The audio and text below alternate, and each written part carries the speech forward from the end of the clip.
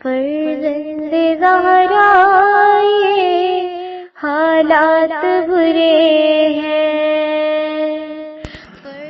کاشانہ بصیرت ایک ایسا مکمل یوٹیوب چینل جس پر محروم بصارت کے لیے بالخصوص اور تمام افراد کے لیے بالعموم سینکڑوں کی تعداد میں اسلامی کتب دستیاب ہیں۔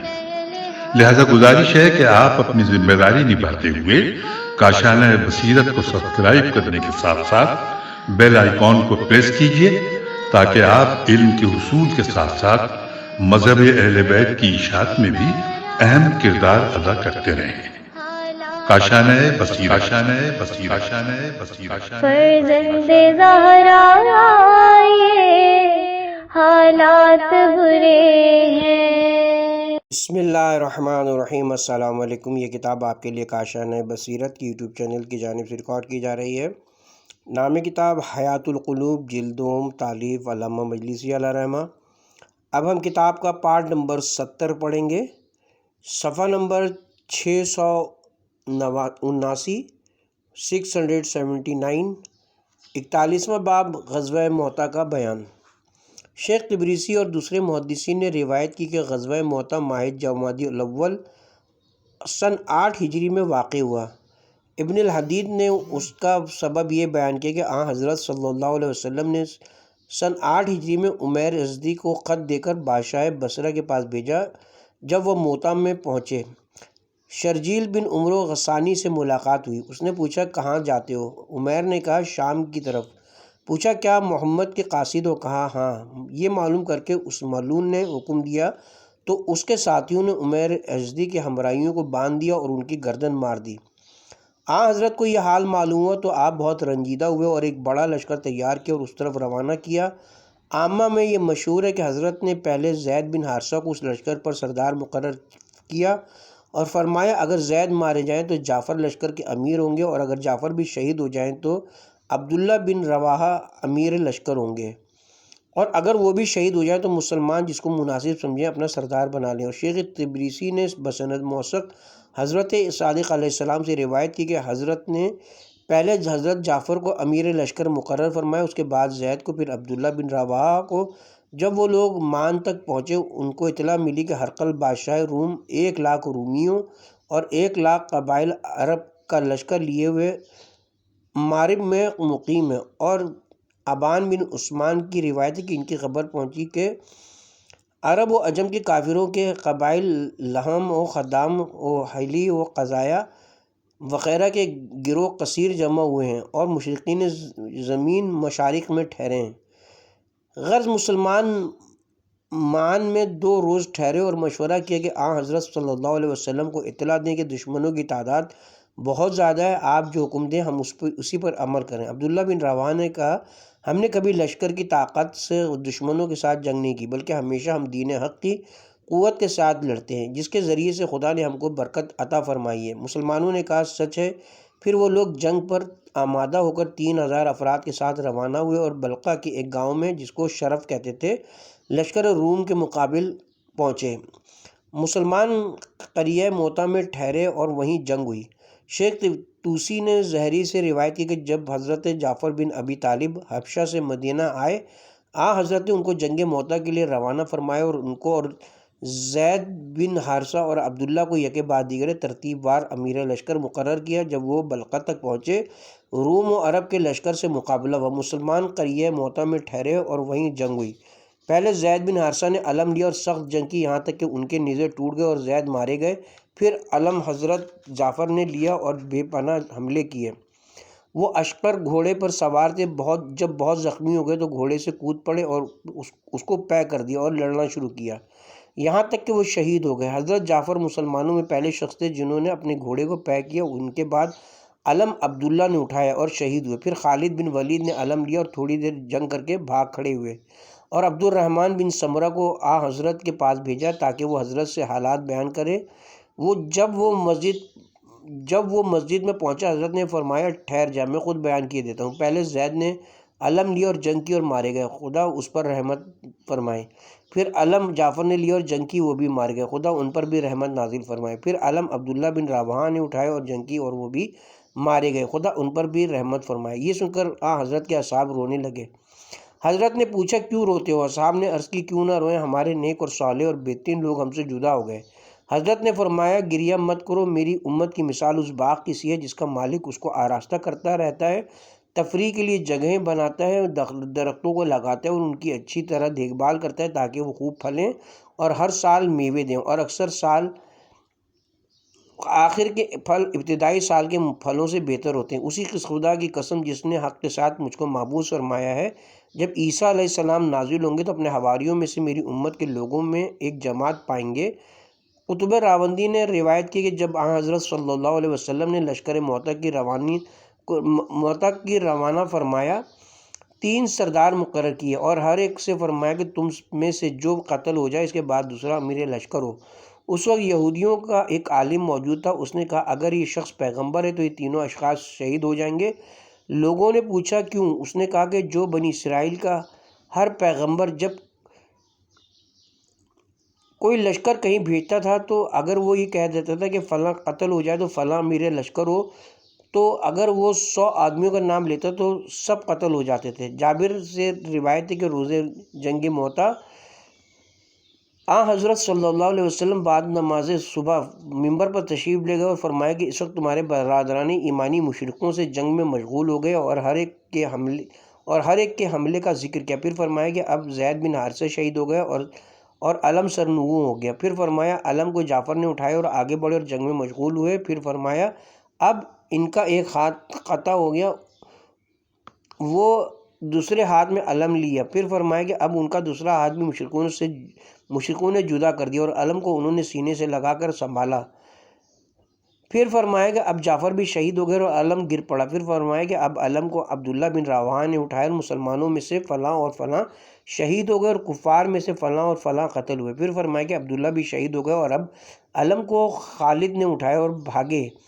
مسلمانوں نے بھی میدان سے فرار کیا۔ حضرت یہ حالات دیکھ کر ممبر سے اتر آئے اور حضرت جعفر کے گھر گئے، عبداللہ بن جعفر کو بلایا اور اپنی گود میں بٹھایا اور ہاتھ ان کے سر پر پھیرا۔ ان کی والدہ اسماء بنت امیس نے کہا کہ حضور اس طرح ہاتھ پھیریں کہ گویا عبداللہ یتیم ہے۔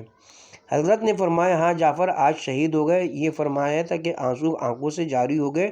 پھر فرمایا کہ شہید ہونے سے پہلے ان کے ہاتھ قطع ہو گئے، ان کے عوض خدا نے زمرد کے 2 پر عنایت فرمائے جن سے اب وہ فرشتوں کے ساتھ بہشت میں پرواز کر رہے ہیں۔ شیخ طوسی نے بسند موثق حضرت امام جعفر صادق علیہ السلام سے روایت کی کہ جب جعفر طیار شہید ہو گئے 50 زخم ان کے جسم پر لگے تھے، ان میں سے 25 زخم صرف ان کے چہرے پر آئے تھے۔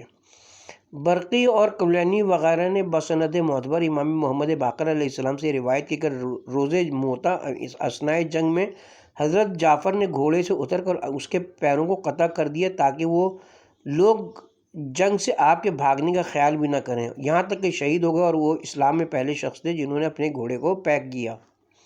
برقی نے روایت کی کہ جس وقت حضرت صلی اللہ علیہ وسلم کو حضرت جعفر کی شہادت کی خبر ملی، ان کی زوجہ اسماء بنت امیس کے گھر تشریف لائے اور حضرت جعفر کے لڑکوں عبداللہ، اون اور محمد کو بلا کر ان کے سروں پر ہاتھ پھیرنے لگے۔ یہ دیکھ کر اسماء نے کہا یا رسول اللہ، آپ ان کے سروں پر اس طرح دستے مبارک پھیرتے ہیں گویا یہ یتیم ہے۔ یہ سن کر حضرت کو ان کی عقل کی تیزی پر تعجب ہوا اور فرمایا اے اسماء، شاید تم کو نہیں معلوم کہ جعفر رضوان اللہ علیہ شہید ہو گئے۔ اسماء نے جب یہ خبر سنی رونے لگیں۔ حضرت نے فرمایا اسماء رو مت، خود کیونکہ خدا نے مجھے خبر دی کہ جعفر کو 2 پر یاقوت سرخ کے عطا فرمائے ہیں جن سے وہ بہشت میں پرواز کرتے ہیں۔ اسماء نے کہا یا رسول اللہ، لوگوں کو جمع کر کے اگر آپ ان کے فضائل بیان فرمائیں تو ہمیشہ ان کے فضائل بیان ہوتے رہیں گے۔ حضرت کو پھر ان کی عقل پر تعجب ہوا اور اپنے گھر والوں کو حکم دیا کہ جعفر کے اہل و عیال کے لیے کھانا بھیجیں۔ اسی روز سے سنت جاری ہوئی کہ اہل مصیبت کے لیے لوگ کھانا بھیجا کرتے ہیں۔ برقی اور کلینی نے بسند صحیح اور شیخ طوسی نے بسند حسن حضرت صادق علیہ السلام سے روایت کی کہ جب جعفر بن ابی طالب شہید ہوئے، جناب رسول خدا نے حضرت فاطمہ کو حکم دیا کہ اسماء بنت امیس کے لیے 3 روز تک کھانا تیار کر کے لے جائیں اور ان کو تسکین و تسلی دیں۔ اسی وقت سے یہ سنت جاری ہوئی کہ اہل مصیبت کے لیے لوگ کھانا بھیجتے ہیں۔ کلینی نے بسند موثق حضرت صادق علیہ السلام سے روایت کی کہ ایک روز جناب رسول خدا مسجد میں تشریف فرماتے ناگاہ پروردگار عالم نے ہر بلندی کو پست کیا، یہاں تک کہ حضرت کی نگاہ حضرت جعفر پر پڑی۔ آپ نے دیکھا کہ وہ کفار سے جنگ کر رہے ہیں، آخر وہ شہید ہو گئے تو حضرت نے اصحاب سے فرمایا کہ جعفر مارے گئے، اور اندوہ غم کے سبب آپ کے شکم میں درد پیدا ہو گیا۔ اور کتاب جامع الاصول میں روایت ہے کہ عبداللہ نے بیان کیا کہ میں جنگ موتا میں شریک تھا۔ جب حضرت جعفر کو کشتوں میں تلاش کیا تو دیکھا کہ ان کے جسم پر نیزے اور تیروں کے 90 سے زیادہ زخم تھے، اور سب جسم کے سامنے حصے میں تھے، کیونکہ جنگ میں دشمن کی طرف سے پیٹھ نہیں پھیری تھی۔ اور دوسری روایت کے مطابق 50 زخم نیزہ اور تلوار کے لگے تھے، اور سب کے سب چہرے کی طرف سامنے تھے۔ شیخ تبریسی نے روایت کی کہ عبداللہ بن جعفر کہتے تھے کہ مجھے وہ دن یاد ہے کہ جس روز حضرت میری والدہ کے پاس آئے اور میرے والد کی شہادت کی خبر بیان فرمائی۔ میں دیکھ رہا تھا کہ حضرت میرے سر پر شفقت سے ہاتھ پھیر رہے تھے، اور آپ کی آنکھوں سے آنسو جاری تھے جو آپ کے ریشے مبارک پر بہہ رہے تھے۔ پھر حضرت نے فرمایا، پالنے والے جعفر نے تیری خوشنودی کی راہ میں شہادت کی طرف سبقت کی، لہٰذا بہترین جانشینی کے ساتھ ان کے فرزندوں کو ان کا جانشین ہو قائم مقام قرار دے۔ اب پھر فرمایا، اے اسما، کیا تم چاہتی ہو کہ تم کو خوشخبری سناؤں؟ میری والدہ نے عرض کی، ہاں یا رسول اللہ، آپ پر میرے ماں باپ فدا ہوں۔ حضرت نے فرمایا، خدا نے جعفر کو 2 پر عطا فرمائے ہیں جن سے وہ بہشت میں پرواز کرتے ہیں۔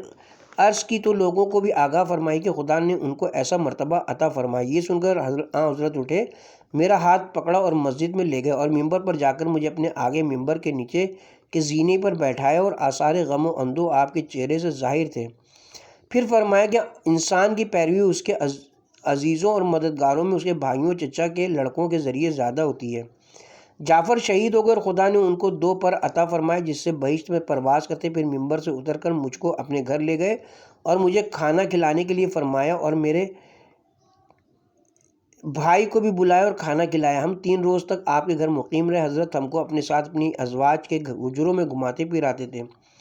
3 روز کے بعد ہم کو رخصت کیا اور ہم اپنے مکان واپس آئے۔ پھر ایک روز ہمارے گھر تشریف لائے، میں اپنے بھائی کے ساتھ کھیل رہا تھا، یعنی ان کے گوسفند خرید رہا تھا۔ حضرت نے دعا کی کہ خدا بندہ اس کی خرید و فروخت میں برکت دے۔ پھر تو حضور کی دعا کی برکت سے اب تک جو کچھ خریدتا یا فروخت کرتا ہوں مجھے فائدہ ہی ہوتا ہے۔ اور حضرت صادق علیہ السلام سے روایت ہے کہ جناب رسول خدا صلی اللہ علیہ وسلم نے جناب فاطمہ سے فرمایا کہ جاؤ اور اپنے پسر جعفر پر گریہ کرو، مگر وشکلا مت کہنا، اور جو کچھ ان کے بارے میں سچ ہو ان کا وصف بیان کرنا۔ اور دوسری روایت میں فرمایا کہ جعفر ایسے شخص پر رونے والوں کو رونا ہی چاہیے۔ اور عروہ سے روایت ہے کہ جب مسلمان جنگ موتا سے واپس آئے، حضرت ان کے استقبال کے لیے تشریف لے گئے۔ جب ان کے قریب پہنچے دیکھا کہ مسلمان اپنے چہروں پر خاک ڈالتے اور کہتے ہیں کہ اے بھاگنے والوں، تم جہاد راہ خدا سے بھاگے ہو۔ حضرت نے فرمایا کہ ان سے بھاگنے والے نہیں ہیں، انشاءاللہ حملہ کرنے والے اور جنگ سے ان کو بھگانے والے ہوں گے۔ ابن ابی الحدید نے روایت کی کہ مدینہ کے لوگوں میں سے موتا کے لشکر نے جو اپنی اہانت اور بے عزتی دیکھی کسی لشکر پر نہیں گزری۔ جب وہ لوگ بھاگ کر مدینے آئے اور اپنے گھروں کے دروازوں کو کھٹکھٹایا، ان کے گھر والوں نے دروازوں کو نہیں کھولا اور کہا کیوں اپنے ساتھیوں کے ساتھ قتل نہ ہو گئے، اور ان کے بزرگ شرم سے باہر نہیں نکلتے تھے۔ آخر حضرت صلی اللہ علیہ وسلم نے ان کو تسلی و دلاسا دی اور ان کے عذر کو پسند فرمایا۔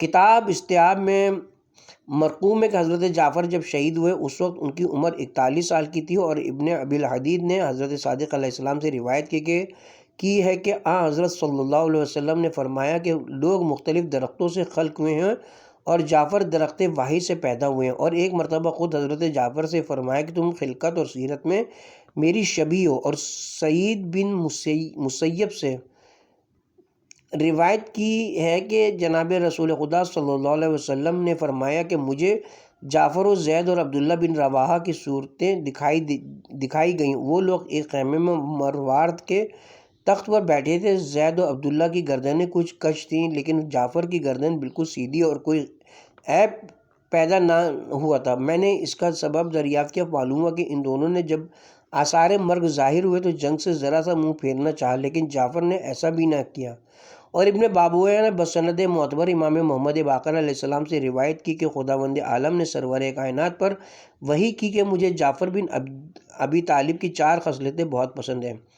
حضرت نے جعفر سے دریافت فرمایا، عرض کی یا رسول اللہ، اگر خدا نے آپ کو خبر نہ دی ہوتی تو ہرگز ظاہر نہ کرتا۔ پہلی صفت یہ کہ کبھی میں نے شراب نہیں پی، اس لیے کہ وہ عقل کو زائل کرتی تھی، اور کبھی جھوٹ بولنا گوارا نہیں کیا کیونکہ جھوٹ جوانمردی اور مروت کو زائل کر دیتا ہے، اور کبھی کسی کے ناموس سے زنا نہیں کی کیونکہ میں جانتا ہوں کہ اگر میں کروں گا تو دوسرے لوگ بھی میرے ناموس سے زنا کریں گے، اور کبھی میں نے بتوں کی پرستش نہیں کی، اس لیے کہ میں جانتا ہوں کہ اس سے کوئی فائدہ اور نقصان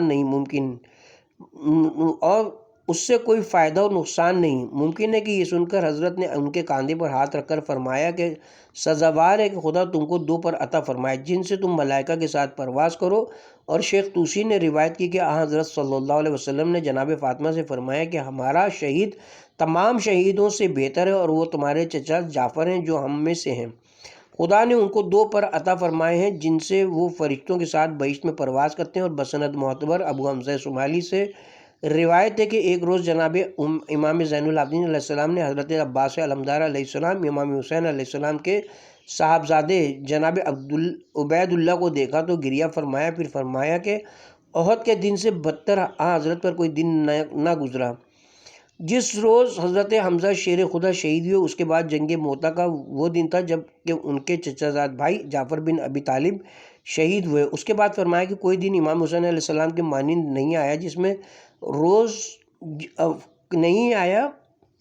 اس کے بعد فرمایا کہ کوئی دن امام حسین علیہ السلام کے مانند نہیں آیا جس روز 30,000 اشخاص حضرت کے مقابلے پر آئے جو سب کے سب دعویٰ کرتے تھے کہ اس امت سے ہیں اور ان کے قتل سے خدا کا تقرب حاصل کرنا چاہتے تھے۔ امام نے ہر چند ان کو نصیحت کی اور خدا کا خوف دلایا، کچھ فائدہ نہ ہوا، یہاں تک کہ حضرت کو ظلم و ستم سے شہید کیا۔ پھر فرمایا کہ خدا رحمت نازل کرے چچا عباس پر جنہوں نے اپنی جان اپنے بھائی پر فدا کی۔ ظالموں نے ان کے ہاتھ قطع کر دیے تو خدا نے اس کے عوض ان کو 2 پر عطا فرمائے جن سے وہ فرشتوں کے ساتھ بہشت میں پرواز کرتے ہیں، جس طرح حضرت جعفر ابن ابی طالب کو 2 پر عنایت کیے، اور چچا عباس کا مرتبہ پیش خدا وہ ہے کہ تمام شہداء قیامت کے روز اس کی آرزو کریں گے۔ بعض معتبر کتابوں میں مذکور ہے کہ جنگ موتا کے وقت حضرت مدینے میں منبر پر تشریف فرماتے، آپ کی آنکھوں سے حجابات اٹھا دیے گئے تھے، اور آپ جنگ کا منظر مشاہدہ فرما رہے تھے کہ آپ نے دیکھا کہ جعفر کو دشمنوں نے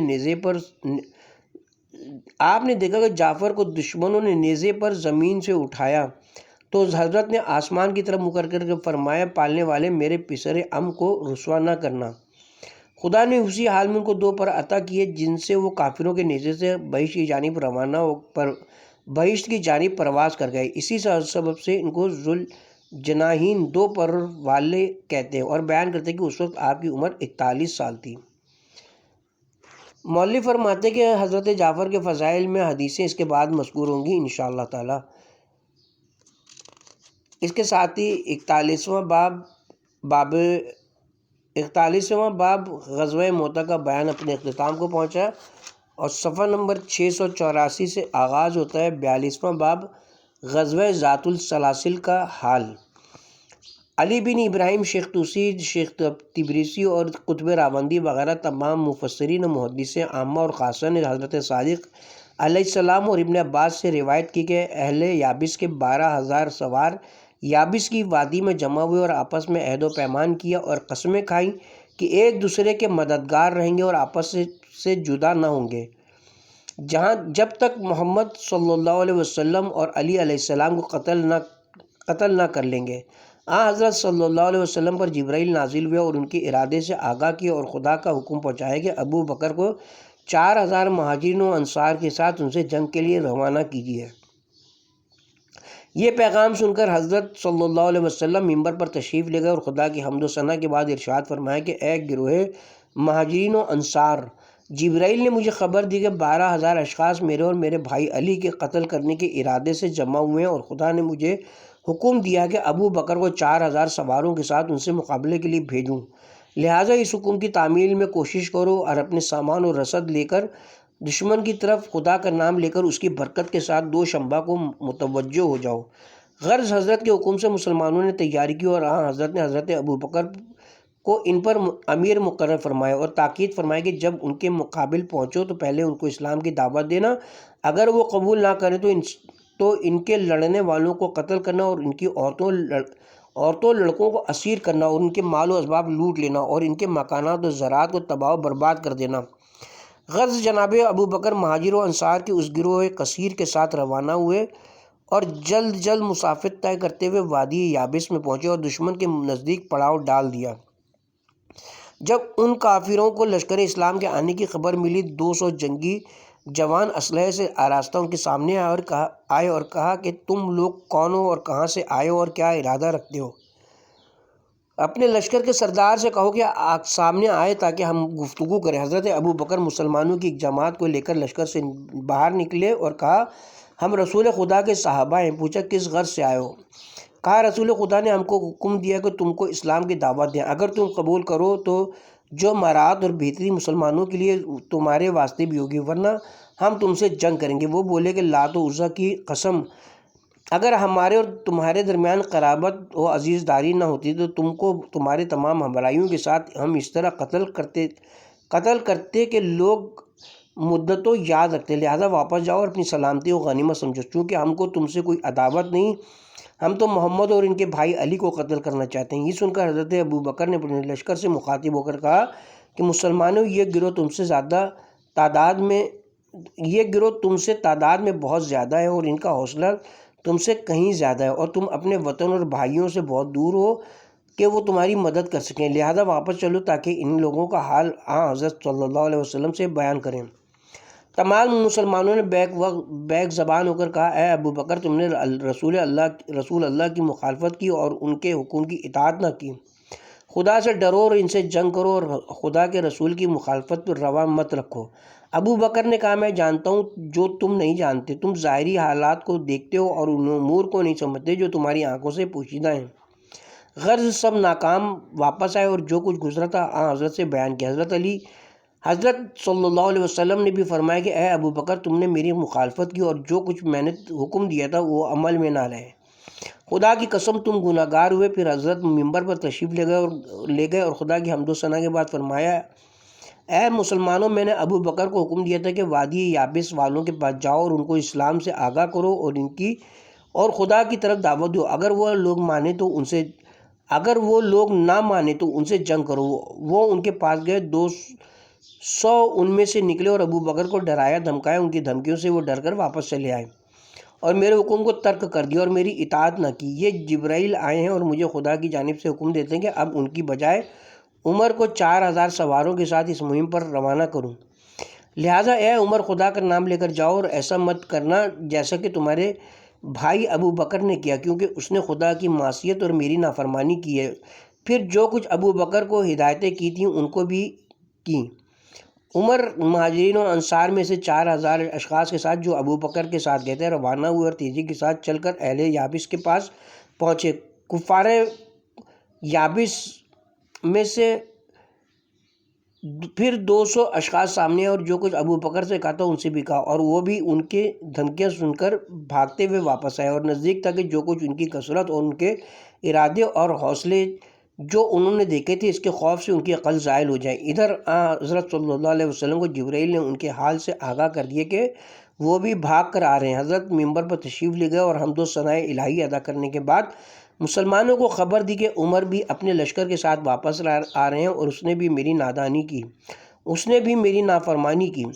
جب عمر حضرت کی خدمت میں پہنچے تو ان کفار کی باتیں بیان کی۔ حضرت نے فرمایا اے عمر، خداوند رحمان کی تم نے نافرمانی کی اور میرے کہنے کے خلاف کی اور اپنے لیے برا عمل کیا، خدا تمہارے منہ کو قبی کرے۔ اب جبرائیل خدا کی جانب سے مجھے حکم دیتے ہیں کہ علی ابن ابی طالب کو اس مہم پر مسلمانوں کے ہمراہ بھیجو اور خدا ان کو فتح عنایت فرمائے گا۔ پھر امیر المومنین علیہ السلام کو بلا کر وہی ہدایتیں فرمائیں جو ابو بکر و عمر کو فرمائی تھیں اور حضرت کو خبر دی کہ خدا ان کے ہاتھ پر فتح عنایت فرمائے گا۔ غرض جناب امیر گروہ مہاجرین و انصار کو ہمراہ لے کر اس وادی کی جانب ابو بکر و عمر کے برخلاف غیر معروف راستے سے روانہ ہوئے اور اس تیزی کے ساتھ چل رہے تھے کہ لوگوں کو خوف ہوا کہ گھوڑے کہیں تھک کر گر نہ جائیں۔ وہ لوگ بھی نہایت تھک گئے۔ حضرت نے فرمایا خوف مت کرو، کیونکہ حضرت نے مجھ سے فتح و نصرت کا وعدہ فرمایا ہے، لہٰذا خوش رہو کہ انجام کار بخیر ہے۔ یہ سن کر مسلمان خوش ہوئے اور جو کچھ حضرت ارشاد فرماتے تھے اس کی اطاعت کرتے تھے۔ آخر لشکر کفار کے مقابل پہنچ گئے اور حضرت نے ان سے فرمایا کہ پہاڑ سے نیچے آؤ۔ وہ اسی طرح 200 افراد مسلح ہو کر آئے۔ جناب امیر چند اشخاص کے ساتھ لشکر سے باہر نکلے۔ ان کافروں سے پوچھا تم کون ہو اور کہاں سے ہو اور کس غرض سے آئے؟ فرمایا میں علی بن ابی طالب ہوں، رسول خدا کا چچا زاد بھائی، ان کی طرف سے تمہاری جانب پیغام لے کر آیا ہوں کہ خدا کی وحدانیت اور حضرت صلی اللہ علیہ وسلم کی رسالت کی گواہی کو تم کو دعوت دوں۔ اسلام قبول کرو اور مسلمانوں کے رنج و راحت میں شریک ہو جاؤ۔ ان کافروں نے کہا کہ ہم تمہاری ہی تلاش میں تھے، اب تم جنگ کے لیے تیار ہو جاؤ، ہم کل صبح سے جنگ کریں گے۔ ہم نے اپنے اور تمہارے درمیان عذر تمام کر دیا۔ حضرت نے فرمایا وائے ہو تم پر، تم مجھے اپنے لشکر کی کثرت سے ڈراتے ہو، میرے ساتھ خدا اور ملائکہ اور مسلمانوں کی نصرت و مدد ہے اور طاقت و قوت اللہ علی العظیم کے ساتھ ہے۔ غرض وہ لوگ اپنی جگہ واپس گئے اور حضرت اپنے لشکر میں آئے۔ رات آئی تو حضرت نے فرمایا کہ گھوڑوں کو لگام و زین کے ساتھ تیار کرو اور مستعد رہو۔ جب صبح ہوئی تو پہلے نماز ادا کی اور پھر فضا دھندلی تھی کہ حضرت نے ان پر حملہ کر دیا اور ابھی حضرت کے لشکر کے تمام لوگ نہیں پہنچے تھے کہ کفار کے شجاع اور بہادر لوگ قتل ہو گئے۔ حضرت نے ان کی عورتوں اور لڑکوں کو اسیر کیا، ان کے مال غنیمت میں لے لیا، ان کے گھروں کو خراب و برباد کر دیا اور مال غنیمت اور قیدیوں کو لے کر واپس ہوئے۔ اسی صبح کو حضرت صلی اللہ علیہ وسلم پر جبرائیل نازل ہوئے اور امیر المومنین کی فتح کی خبر دی۔ حضرت ممبر پر تشریف لے گئے اور بعد حمد و ثناء الہی مسلمانوں کو امیر المومنین علیہ السلام کی فتح کی خوشخبری سنائی کہ مسلمانوں میں سے صرف 2 اشخاص شہید ہوئے۔ پھر ممبر سے اترے اور تمام اہل مدینہ کو لے کر امیر المومنین کے استقبال کے لیے روانہ ہوئے۔ مدینے سے چند میل کے فاصلے پر پہنچے تھے کہ لشکر اسلام نظر آیا۔ امیر المومنین نے حضرت صلی اللہ علیہ وسلم کو دیکھا تو گھوڑے سے کود پڑے۔ حضرت بھی گھوڑے سے اترے اور امیر المومنین کو سینے سے لگا لیا اور آپ کی دونوں آنکھوں کے درمیان بوسہ دیا۔ جناب امیر نے قیدیوں کو اور مال غنیمت حضرت کی خدمت میں پیش کیا۔ حضرت صادق علیہ السلام فرماتے ہیں کہ اس سے پہلے مسلمانوں کو کبھی اس قدر غنیمت کافروں سے نہیں ملی تھی سوائے خیبر کے کہ وہ جنگ بھی اسی جنگ کے مانند تھی۔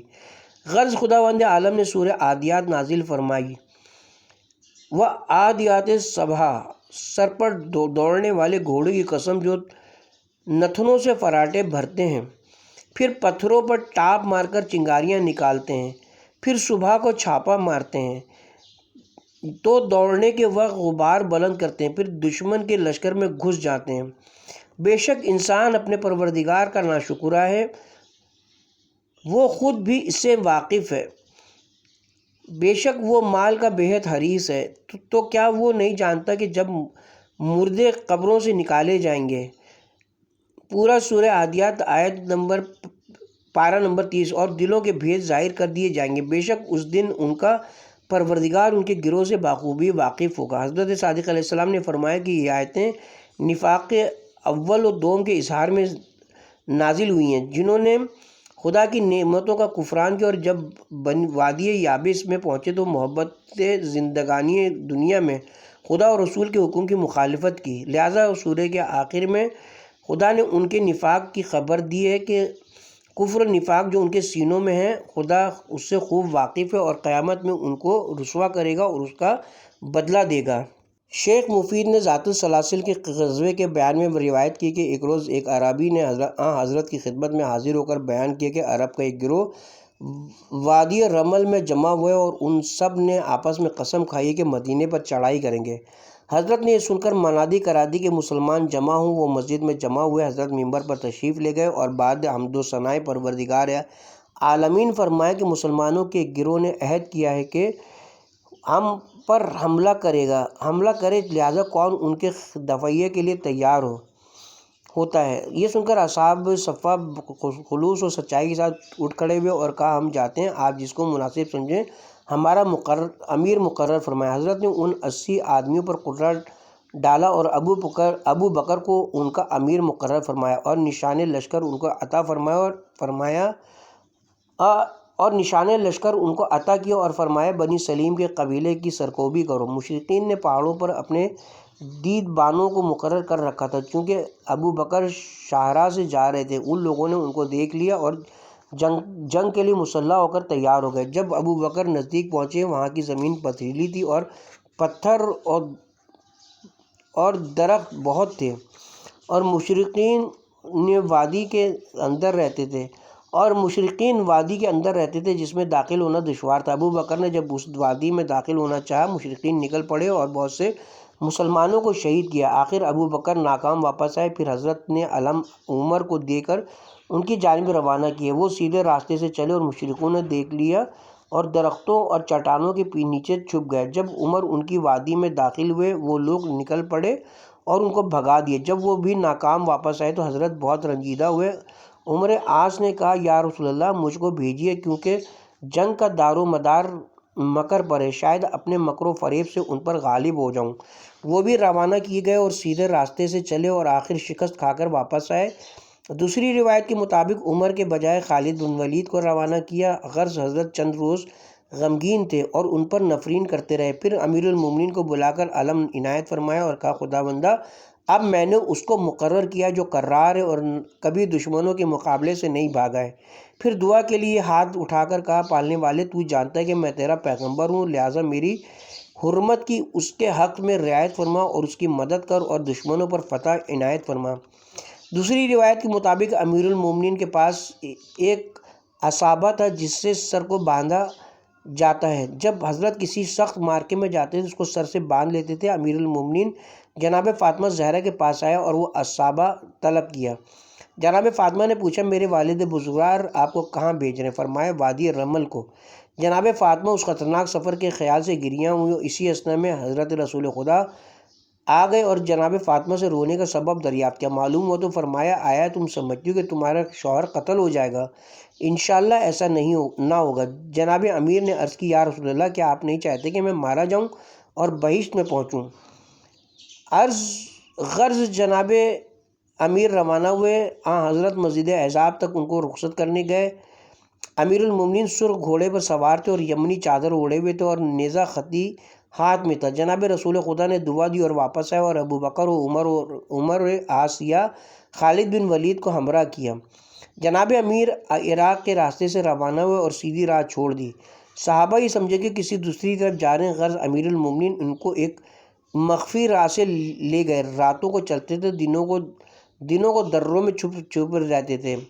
عمر عاص نے دیکھا کہ حضرت کی تدبیر مناسب ہے اور اس طرح دشمن پر فتح پائیں گے۔ ان پر حسد غالب ہوا۔ عمر ابو بکر اور لشکر کے سربراہ لوگوں سے کہا کہ علی ایک بے خبر آدمی ہے، ان راستوں سے واقف نہیں ہے۔ ہم بخوبی جانتے ہیں کہ اس راستے میں درندے بہت ہیں اور ان کی نسبت لشکر کو بنسبت دشمنوں کے زیادہ نقصان پہنچے گا، لہٰذا ان کو اس راہ سے روکو۔ لوگوں نے اس کی گفتگو امیر المومنین سے بیان کی تو آپ نے فرمایا، جو شخص خدا اور رسول کی اطاعت کرتا ہے اس کو چاہیے کہ میرے ساتھ چلے، اور جو شخص خدا اور رسول کی مخالفت کا ارادہ رکھتا ہے وہ جس راستے سے چاہے جائے۔ یہ سن کر سب چپ ہوئے اور حضرت کے پیچھے پیچھے چلے۔ راتوں کو پہاڑوں کے دروں سے گزرتے تھے اور دنوں کو گھاٹیوں میں چھپ رہتے تھے۔ حق تعالیٰ نے درندوں کو بلیوں کی مانند حضرت کا ذلیل و مطیع کر دیا تھا، کسی مسلمان کو کوئی گزند نہ پہنچاتے تھے۔ یہاں تک کہ حضرت مشرقین کے قریب پہنچ گئے تو حضرت نے فرمایا کہ گھوڑوں کے منہ باندھ دو کہ ان کی آواز نہ نکلنے پائے۔ غرض مسلمانوں کو روک کر آپ خود نزدیک گئے۔ عمر نے دیکھا کہ فتح قریب ہے تو کہنے لگے کہ اس درے میں بھیڑیے اور چیتے اور درندے بہت زیادہ ہیں۔ علی سے کہو کہ ہم کو اجازت دے کہ ہم اس گھاٹی سے اوپر چڑھ جائیں۔ ابو بکر نے جا کر حضرت سے گفتگو کرنا چاہی، حضرت نے ان کے جواب کی طرف توجہ نہ کی۔ عمر نے کہا، ہم اپنے کو کیوں ہلاک کریں، آؤ وادی سے اوپر چڑھ چلیں۔ مسلمانوں نے کہا، پیغمبر نے علی کی اطاعت حکم دی، ہم ان کی مخالفت نہ کریں گے اور نہ تمہاری بات مانیں گے۔ غرض انہی باتوں میں صبح ہو گئی۔ امیر المومنین نے ان پر ان کی غفلت میں حملہ کر دیا اور فتح پائی۔ ان کے بہت سے جوان مردوں کو قتل اور عورتوں اور لڑکوں کو اسیر کیا اور ان کے باقی مردوں کو زنجیروں اور رسیوں سے باندھ دیا۔ اسی سبب سے اس جنگ کو غزوہ ذات السلاسل کہتے ہیں۔ اس مقام جنگ سے مدینے تک 5 منزلوں کا فاصلہ تھا۔ ادھر اسی صبح کو سرور کائنات بیت الشرف سے نکلے اور آپ نے لوگوں کے ساتھ نماز صبح ادا کی اور رکعت اول میں سورہ عادیات کی تلاوت فرمائی۔ نماز سے فارغ ہو کر فرمایا کہ یہ وہ سورہ ہے جس کو خدا نے مجھ پر ابھی نازل فرمایا اور مجھے خبر دی کہ علی دشمن پر غالب آئے اور عمر عاص کے حسد کو اپنی ذات پر حسد قرار دیا۔ قنوط بمعنی حسود، اور وہی ہے کہ حب خیر، یعنی اس کو دنیاوی زندگی کی محبت بہت شدید تھی جس کو درندوں کا خوف تھا۔ اور دوسری روایت میں ہر جگہ بجائے عمر و خالد بن ولید مذکور ہے۔ اور علی بن ابراہیم کی روایت کے مطابق قنوع بمعنی کفر نعمت کرنے والا ہے اور انسان جس کو کفران سے نسبت دی گئی ہے۔ ابو بکر و عمر اور عمرو بن عاص ہیں جو کہتے تھے کہ اس راستے میں شیر درندے بہت ہیں، واپس چلو اور سیدھے راستے سے چلو۔ غرض شیخ مفید نے روایت کی کہ حضرت صلی اللہ علیہ وسلم نے جناب امیر کی فتح و ظفر کی خبر صحابہ کو دی اور ان کو ہمراہ لے کر پیشوائی کو مدینے سے باہر نکلے۔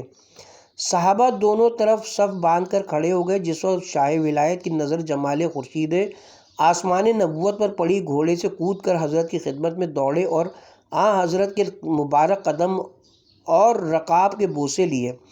حضرت نے فرمایا، اے علی سوار ہو کہ خدا و رسول تم سے راضی ہیں۔ یہ سن کر جناب امیر کے فرط خوشی سے آنسو نکل آئے۔ غرض امیر المومنین خوش و خرم واپس آئے۔ مسلمانوں میں مال غنیمت تقسیم کیا گیا۔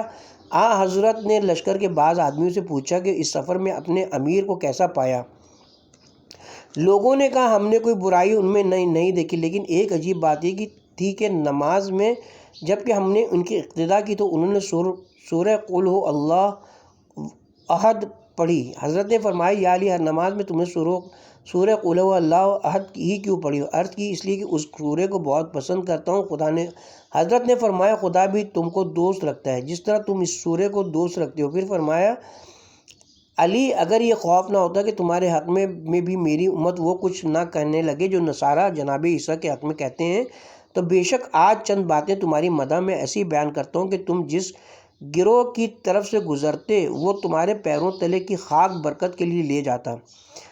فراد بن ابراہیم نے اپنی تفسیر میں سلمان فارسی سے روایت کی کہ ایک روز اکابر صحابہ سوائے علی بن ابی طالب کے حضرت سرور کائنات کے در اقدس پر جمع تھے۔ ناگہاں ایک عربی آیا اور عرض کی، یا رسول اللہ، میں قبیلہ بنی لخم کا ایک آدمی ہوں اور قبیلہ خشم کے لوگوں نے جمع ہو کر لشکروں کو ترتیب دیا۔ ان کا امیر حارث بن مقیدہ ہے۔ ان سب نے 500 شجاعوں کے ساتھ لات و عزا کی قسم کھائی ہے کہ مدینے پر چڑھائی کریں گے اور آپ کو آپ کے اصحاب کے ساتھ قتل کر دیں گے۔ حضرت یہ خبر وحشت اکثر سن کر حضرت صلی اللہ علیہ وسلم یہ خبر وحشت اثر سن کر بہت محزون اور رنجیدہ ہوئے اور فرمایا کہ اے گروہ مہاجرین و انصار، تم نے سنا جو کچھ عربی نے کہا؟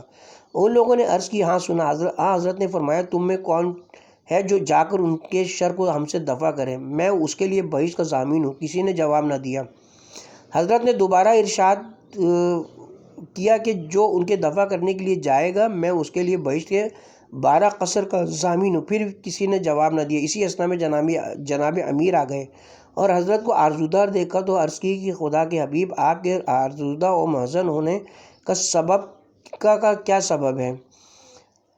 حضرت نے فرمایا، یہ عربی ایسی خبر بیان کرتے ہیں اور میں نے اس کے لیے بہشت میں 12 قصروں کا وعدہ کیا جو ان کی سرکوبی کے لیے جائے، مگر کوئی جواب نہیں دیتا۔ حضرت علی نے پھر عرض کی کہ میرے باپ ماں آپ پر قربان ہوں، ان قصروں کی صفت مجھ سے بیان فرمائیے۔ حضرت نے بیان کرنا شروع کیا کہ اے علی، ان کی بنیادیں چاندی سونے کی اینٹوں سے تیار کی گئی ہیں اور مٹی کے گارے کے بجائے مشک و عنبر کام میں لایا گیا ہے۔ ہر قصر کے سنگریزے موتی اور یاقوت ہیں، ان کی خاک زعفران ہے، ان میں ٹیلے کافور کے ہیں اور ہر قصر میں شہد کی ایک نہر، شراب کی ایک نہر، دودھ کی ایک نہر اور پانی کی ایک نہر جاری ہے، جن کے گرد طرح طرح کے گوہر و مرجان کے درخت ہیں اور نہروں کے دونوں طرف مروارد سفید کے خیمے ہیں جن میں کوئی جوڑ و پیوند نہیں ہے۔ خدا نے ان کو ایک موتی سے پیدا کیا اور اس قدر صاف و شفاف کہ باہر سے اندر اور اندر سے باہر کا ماحول اور باہر سے اندر اور اندر سے باہر کا حال نمایاں ہے۔ ہر خیمے میں یاقوت سرخ سے مرصع ایک تخت ہے جس کے پائے سبز زبرجد کے اور ہر ایک تخت پر ایک حوریت 70 سبز حلے اور 70 زرد حلے پہنے ہوئے بیٹھی ہے، اور انتہائی لطافت کے باعث اس کی پنڈلی کا مغز ہڈیوں اور جلد حلوں اور زیوروں کے اوپر سے نظر آتا ہے، جیسے کہ شیشے کے اندر شعلہ نمایاں ہوتا ہے۔ ہر حوریہ کے 70 گیسو ہیں، ہر گیسو ایک کنیز کے ہاتھ میں، اور ہر کنیز کے پاس ایک انگیٹھی ہے جس میں سے خوشبو نکل رہی ہے، اور وہ اس گیسو کو معطر کر رہی ہے، اور اس انگیٹھی میں سے بقدرت خالق ایک تار آگ کا اور چنگاریاں خوشبودار چمک رہی ہیں کہ ویسی خوشبو کسی دماغ میں نہیں پہنچی۔ یہ سن کر امیر المومنین نے عرض کی، یا رسول اللہ، میرے باپ ماں آپ پر فدا ہوں، میں ان مشرکین کی سرکوبی کے لیے جاتا ہوں۔ حضرت نے فرمایا، اے علی، یہ نعمتیں تمہارے واسطے مخصوص ہیں اور تم ان کے لیے پیدا کیے گئے ہو، اٹھو اور خدا کے نام سے ان اشقیاء کے دفعیے کے لیے جاؤ۔ پھر حضرت نے 150 صحابہ کو ان کے ہمراہ کیا۔ اس وقت جناب عباس اٹھ کھڑے ہوئے اور کہا، یا رسول اللہ، میرے برادر زادے کے ہمراہ صرف 150 افراد اس جماعت سے جنگ کے لیے بھیج رہے ہیں جس کی تعداد 500 ہے، اور ان میں سے ایک حارث بن مغدہ ہے جو 500 سواروں کے برابر ہے۔ حضرت نے فرمایا، خدا کی قسم، اگر وہ لوگ ذروں کی تعداد کے برابر ہوتے تو علی تنہا ان سے جنگ کے لیے جاتے اور بلا شک و شبہ ان پر غالب ہوتے اور ان کے قیدیوں کو میرے پاس لاتے۔ پھر حضرت نے لشکر کو تیار کیا اور فرمایا، اے میرے حبیب، جاؤ، خدا تمہارے آگے پیچھے دائیں بائیں اوپر نیچے ہر طرف سے تمہارا محافظ ہے، اور تم پر میرا خلیفہ ہے،